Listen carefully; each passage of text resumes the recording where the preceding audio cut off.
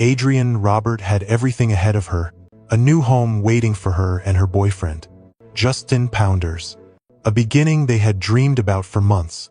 That night, she only wanted to unwind one last time with her close friend Jay before moving out. A simple, harmless evening with nothing to fear. But inside Diamond Dolls, under the dim neon glow and the pulsing music, a man they had only just met glanced at Adrienne. No one noticed. No one realized that moment was the quiet split between the life she lived and the one she would never reach. Hours later, in the stillness of the townhouse, Jay returned alone. No sounds, no signs of struggle, only the bathroom door, slightly open, and inside, Adrienne lying motionless on the cold tile floor, eyes wide. No breath left, as if she had tried to look at someone one last time before slipping into permanent darkness. No one heard a scream. No camera captured the final moment, and the killer vanished like a shadow, leaving behind only drops of blood on the wall, traces wiped in haste, and an orange Jeep abandoned in a parking lot at 3:30 a.m., engine still running as if someone had fled in a panic. A case with no apparent witnesses, no clear direction, until detectives uncovered a single, almost invisible clue, so small, the killer never imagined it would be the mistake that ended everything for him. That night, no one imagined it would end in tragedy. For Adrienne Robert, it was supposed to be the last easy evening before moving into her new place with her boyfriend, a milestone she had been eagerly awaiting. She and Jay, her longtime roommate, shared a few drinks to mark their final night living under the same roof. In Adrienne's mind, the future felt bright. A warm home. A new life with Justin, the first man who ever made her feel truly chosen. Around 10:30 p.m., they walked into Diamond Dolls, a club they had visited many times before. A place so familiar, they never felt the need to be on guard. But familiarity often dulls instinct, and that would become the first invisible crack in an otherwise ordinary night. Inside the haze of neon light, Adrienne moved with her usual gentle presence while Jay remained upbeat and talkative. So while you were at the strip club, you said you had interactions with several people. We went out to the stage and we sat down there. Eventually a guy joined us there. This guy that joined you, what did he look like? Had a goatee. Is he a white guy or black guy? He was African American. Okay. Seemed nice enough. He had some kind of baseball hat. I'd want to say Boston, but can't be for sure. Mm-hmm. He was skinnier. He was skinnier. He wasn't too tall. Okay. That is exactly how predators work. Not with obvious menace, but with the quiet, calculated ability to blend in until defenses drop on their own. Adrienne didn't plan to stay long. She had to wake up early to prepare for the move, a detail only people standing on the edge of a new beginning can understand. So a little after 1:38 a.m., cameras captured Adrienne leaving the club alone. She walked quickly, unaware that seconds later, the man stood up and hurried after her. The footage showed him returning a jacket. She had forgotten a gesture that seemed courteous, disarming. But seasoned profilers know this behavior well. It is a tactic, a subtle way to create a sense of obligation, or at least lower the chance of rejection if he offered to walk with her. Moments later, the camera recorded both of them heading in the same direction toward her home. Inside, Jay was still enjoying the night, unaware that his friend's path had just intertwined with danger. From here, the story darkens. A local witness reported seeing Adrienne running down Wolford Road barefoot, holding her shoes, chased by a man she did not seem to know. He didn't hear screams, but the image alone was enough to freeze the blood. A woman in a dress, fleeing down a quiet road in the dead of night. Her foot injuries later confirmed what the witness saw. She had been trying to escape. And like many victims in moments of terror, Adrienne ran toward the only place she believed she would be safe: home. Victim psychology often follows this instinct when threatened. They rush to a familiar space, trusting that a locked door will seal out the danger. She could not have imagined that the danger was already too close, already crossing a boundary she never thought a stranger would dare to breach. In the end, That desperate run through the dark did not lead her to safety. It led her straight into the final, devastating confrontation, one that would end the life she was just about to begin. Jay returned home at dawn, the taste of alcohol still lingering, and the club's music echoing faintly in his head. He opened the townhouse door, expecting the familiar quiet of early morning. No movement, no running water, no sign that anything was out of place. Just the kind of silence people mistake for safety until it isn't. When Jay found Adrienne, his entire body seemed to lock up, his heart pounding so hard, it felt like it would tear through his chest. She was lying on the cold bathroom tile, eyes wide open, pupil dilated, her body soaked in blood. No breath, no reaction, only a crushing stillness. As if the very walls of the house understood something terrible had happened hours before. His frantic call to 911 captured the first undeniable truth. 911, is this a police, fire, or medical emergency? Medical. Tell me what happened. I just came home. My roommate, we went out together. She came home a while ago, and she's not moving. Okay, so she's unresponsive? Completely. Okay, what do you mean by that? I mean, she's got blood all over her. There's no response from her. Like, her eyes are open and they're dilated. Is she breathing? No, there's nothing. You can't see her breathing at all? No, there's nothing. Listen carefully. I need you to place the heel of your hand on the breastbone in the center of her chest. Okay. Put your other hand on top of that hand. Now listen carefully. You're going to pump the chest hard and fast at least twice per second. We're going to do this 600 times or until help can take over. Okay. All right, I'm going to count with you. 1, 2, 3, 4. 1, 2, 3, 4. 1, 2, 3, 4. Count out loud. 2, 3, 4. 1, 2, 3, 4. I'm not scanning. Just keep going, okay? The paramedics are coming as fast as they can. Adrienne had been gone long before he stepped through the door, and when paramedics arrived, their response confirmed what Jay already feared, that nothing could bring her back. Detectives entered the scene with the practiced composure of people who had witnessed countless violent endings. The first detail that struck them was chilling. There were no signs of forced entry, no broken locks, no kicked-in doors, which meant one of two possibilities: Adrienne had let the killer in, or he slipped inside before she ever had the chance to lock the door. Inside the bathroom, the evidence spoke louder than any witness could. The toilet seat was cracked, blood splattered across the walls, indication of a violent, desperate struggle. This was no self-inflicted wound. It couldn't be, not with injuries this severe. Her partial state of undress, combined with bruises and abrasions, painted an even more disturbing picture. Investigators knew immediately they were likely dealing with a sexual assault followed by murder. But the most incriminating clue lay in her bedroom. When detectives lifted the sheets, they found a large section of the bedsheet cut away, a jagged opening nearly 1 foot in length. It was a hasty, sloppy attempt to remove evidence. And yet, despite his efforts, the killer had made a critical mistake. He left trace amounts of biological material on the part of the sheet he didn't cut.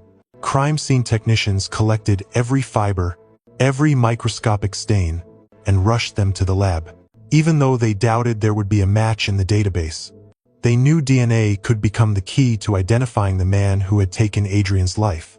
Elsewhere in the house, a faint trail of blood stretched out from the bathroom.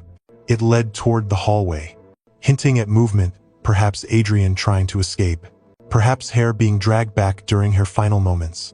When investigators compared this with the witness report of seeing her running barefoot down Wolford Road, the pieces began falling into place.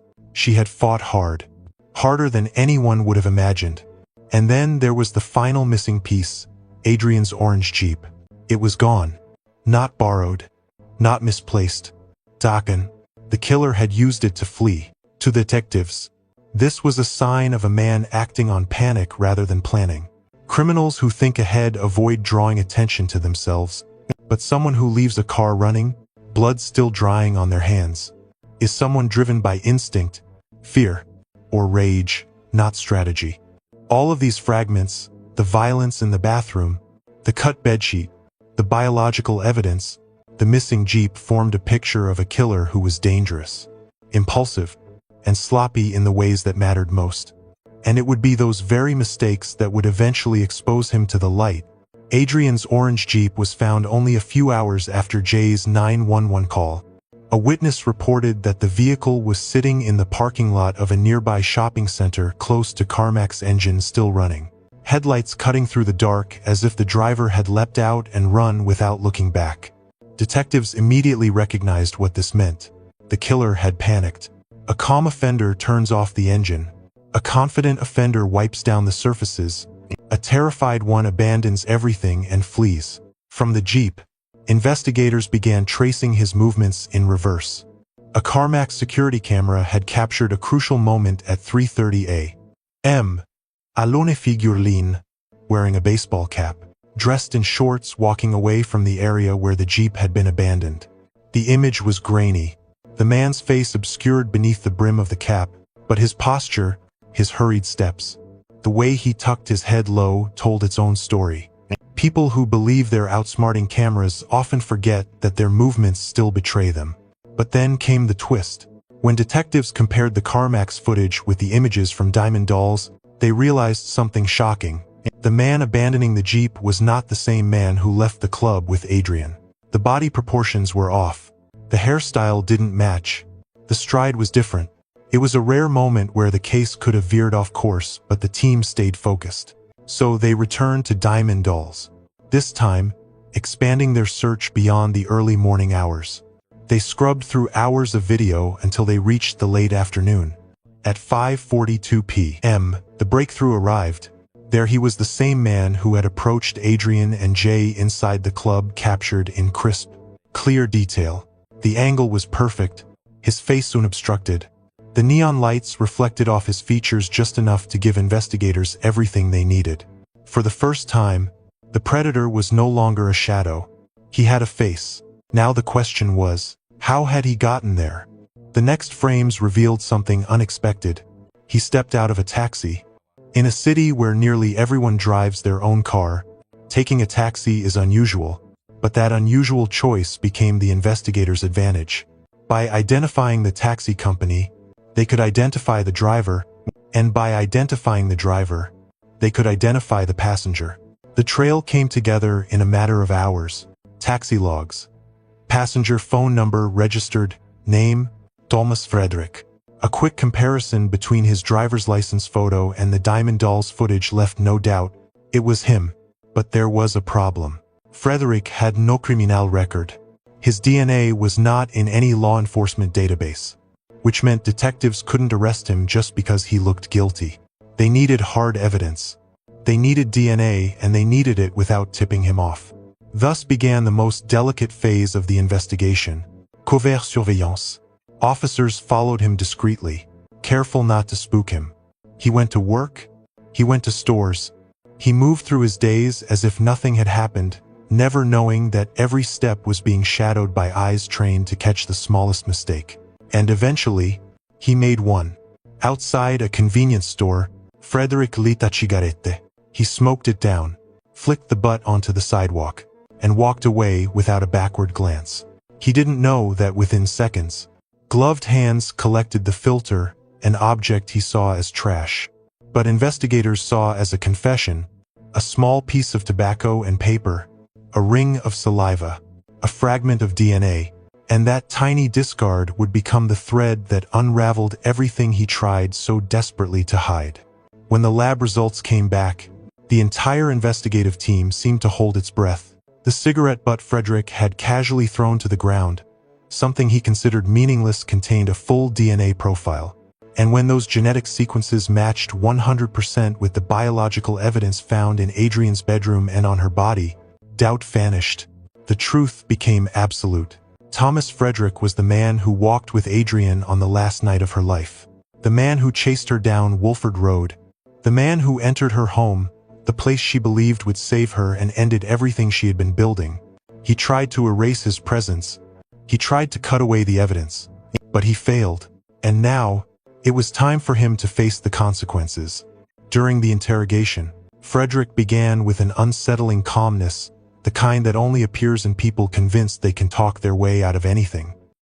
Tell us about your interaction with this girl that this picture we showed you. She bought me drinks. We danced at the club. Met a friend. Had some more drinks. Went to work. So you left that place, and then you ended up going to work after being out all night. You then went to work? I do that all the time. Okay, I'm just asking you. Okay. You see her at the club. There's some interaction. She buys some drinks, and then you leave. Did you stay there till Diamond Dolls closed? When Diamond Dolls close, or I probably leave before, depending on if I need cigarettes or not. It all depends on various. He began with denial. We went separate ways at the corner. She walked one way. I walked the other. I never saw her again. Detectives did not argue. They simply pressed play on the footage from Diamond Dolls, showing him running out after her, returning her jacket, and then walking with her toward the direction of her home. That's all I recollect from that night. And it's surprising that you showed me that. It just flashed me doing that. But you do remember walking her to the corner? Because when I realized I had a sweater. I saw that in the video. Yeah. Right, absolutely. That's the only reason why I got up. Was because of the sweater. Right.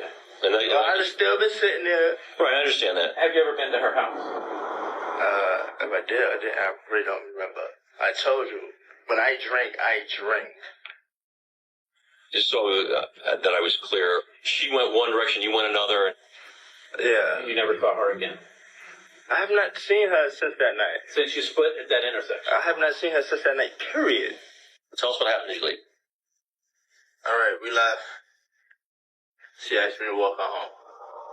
We have somebody that's seen you running. And her running. Yeah. Okay. So where were you running at? Do you remember? Yeah, she wants to run. She was like, I think I need to run. Right. She started running. I don't know where I was running, so I'm following her. Okay. So you weren't chasing her. You No. were just running with her. Yeah. Because she wanted to run. Yeah. And you're not a runner. We wasn't running for too long. His jaw tightened. The room felt heavier, but the investigators stayed silent, watching him spiral deeper into contradictions. Finally, cornered by his own lies, he constructed one more version, the kind of twisted narrative offenders use when they realize the evidence is stacked against them. She threw up.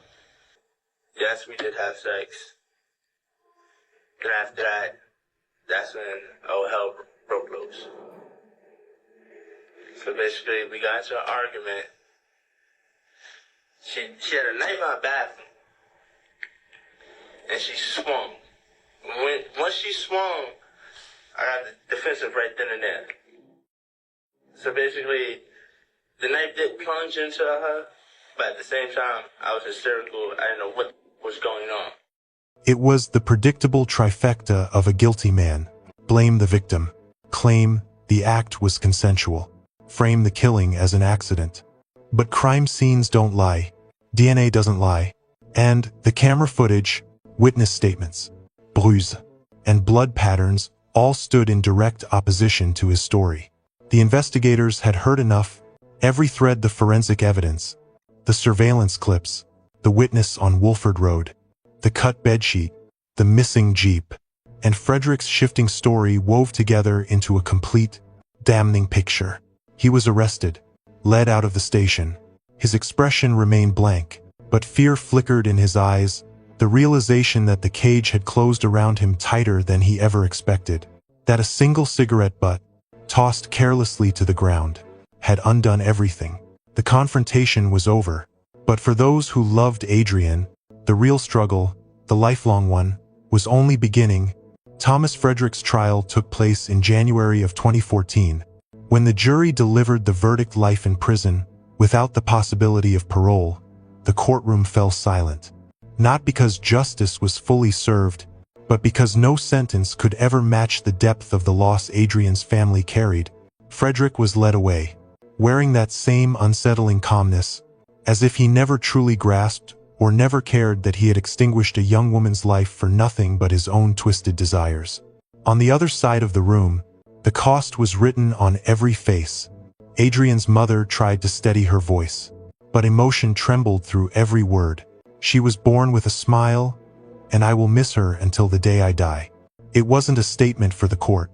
It was the raw truth of a mother who now clung to memories instead of her daughter. Memories no killer had the right to take away. Justin Pounders, the man who believed the next day would be the first of their new life together, had to relive the moment he drove past Adrianne's home and saw police cars surrounding it. He didn't collapse or cry out. He simply lowered his head, hands clenched as if trying to hold on to the future that had slipped through his fingers. Justice had been carried out, but grief doesn't vanish. It lingers like a shadow, settling into the hearts of the people left behind, reminding them that evil can arrive quietly, unexpectedly, and far too close. As Adrianne's mother offered her final words before leaving the courtroom, the weight of them silenced everyone. He went to prison. But for us, the sentence continues. If you want to explore more cases where the light of justice must wrestle with the darkest side of human nature, join us in the next episode, because sometimes the truest warnings come from real stories.